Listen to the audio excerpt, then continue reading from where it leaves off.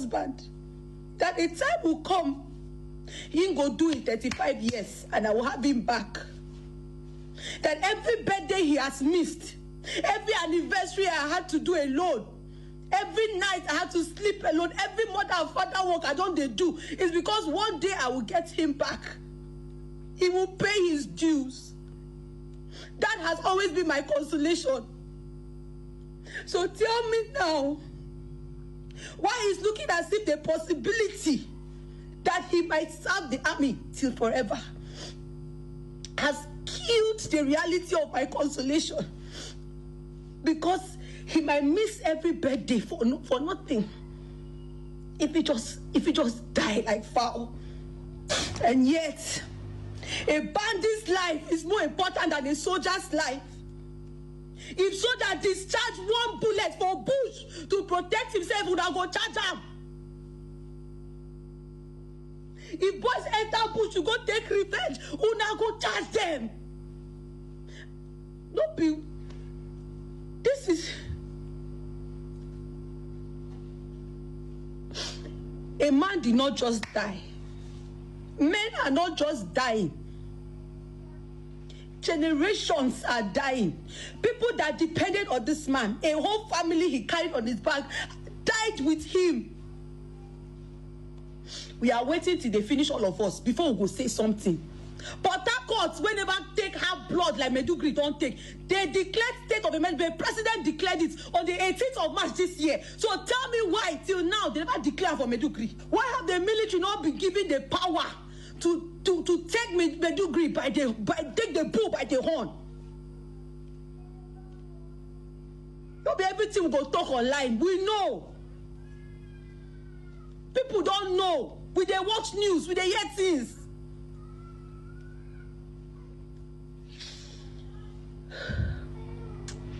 It's unfortunate. It's unfortunate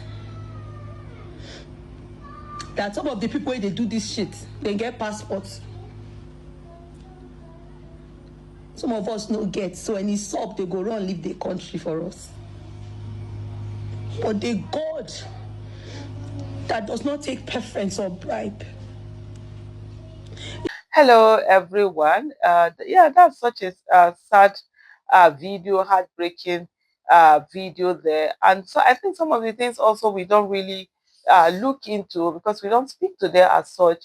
It's when we look at the military, military men and women, their families, what they go through.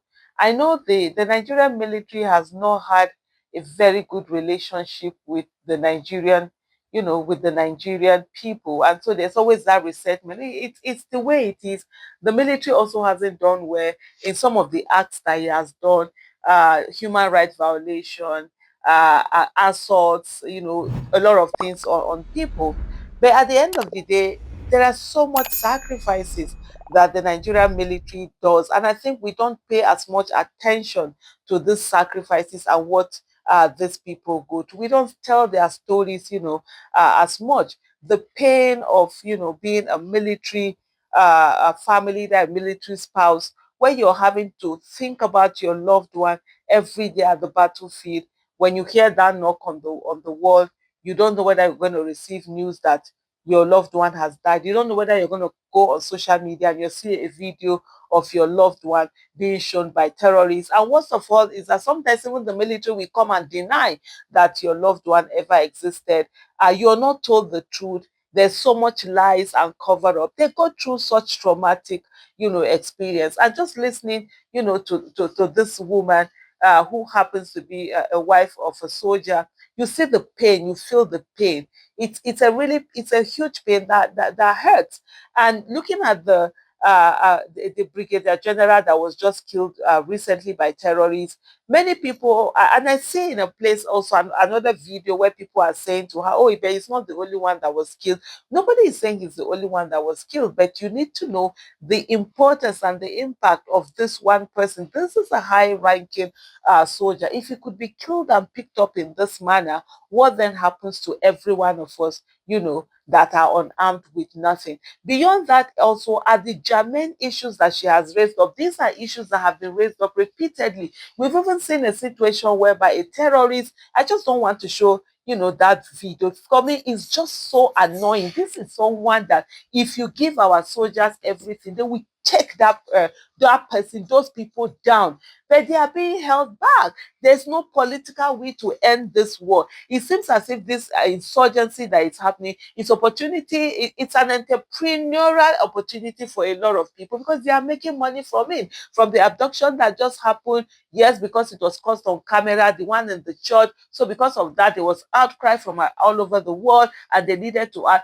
It is money, very sure that money exchange, and nobody is going to ask about this money, no matter how much. Some people are going to have their own cut that they are going to keep, and that's all they're concerned about, not the lives of the people, not what people are going to. So there are people who, for them, they do not want this insurgency to end because they're making money from it, or they hope to make money from it. That's why you're seeing, and where the anger comes from, and a lot of soldiers have put this out there, a lot of generals out there who are owning mansions, estates, hotels, and you're wondering, Oga, what business are you doing? How much are they paying as salary as a general that all of a sudden you are the one with mansions, you are the one with estates, you're the one. In short, you come to an estate, you will hear that a general has bought as much as 20, 40 plots, and they're building duplexes that no one is on. We saw when the issue of the whole issue of the Suki Gate, we saw Alex Bade, the late Alex Bade, the former chief of defense staff,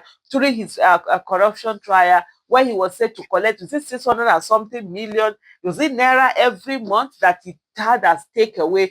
As of that time, dollar was like 150. So you imagine how much that was in dollars.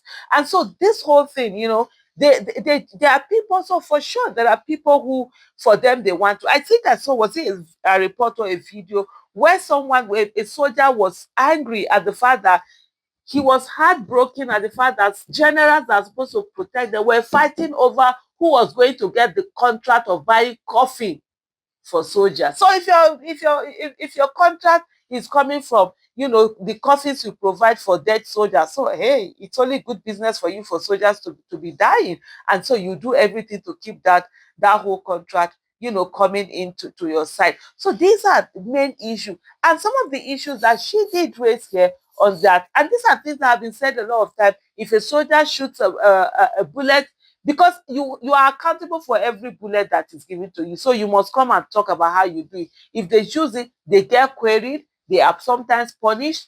Soldiers have been punished. In short, in Nigeria in 2014, soldiers were sentenced to death because they refuse to fight without weapon. They say they are not going to go to war front if they don't give them weapon. That was when Nigerian soldiers were running away from terrorists and entering Cameroon. People forget a lot of things because they like whoever is in office and the person is their guy, and they will protect any kind of nonsense. These were the things we had to deal with, and we're still dealing with some of these things here, where our soldiers are not given enough equipment, they don't have enough ammunition, they don't have enough training, even food. The other time it was reported that soldiers are being fed once a day. How are you going to feed someone once a day and you expect that that person is going to do anything well for you? It's not going to happen, is it? And so these are quite critical, issues that she has raised here. But like I've said severally in my videos, Nigerian soldiers, and for me, I have tremendous respect for those who are on the war front, who are putting their lives at risk for us, not those ones who are using this opportunity, to make money. Nigerian soldiers have written to two presidents and one illegitimate president in the last 1 decade. They wrote to Jonathan, he did nothing. They wrote to Buhari, he did nothing. They have written to the illegitimate president we currently have, a certificate forger in chief rather than a commander in chief that we currently have right now. They also have written to him, and he has done nothing. And they have written crying on how they're being maltreated, how there's sabotage and all of that. Yet nothing is being done about it. Thank you so much for watching. Bye.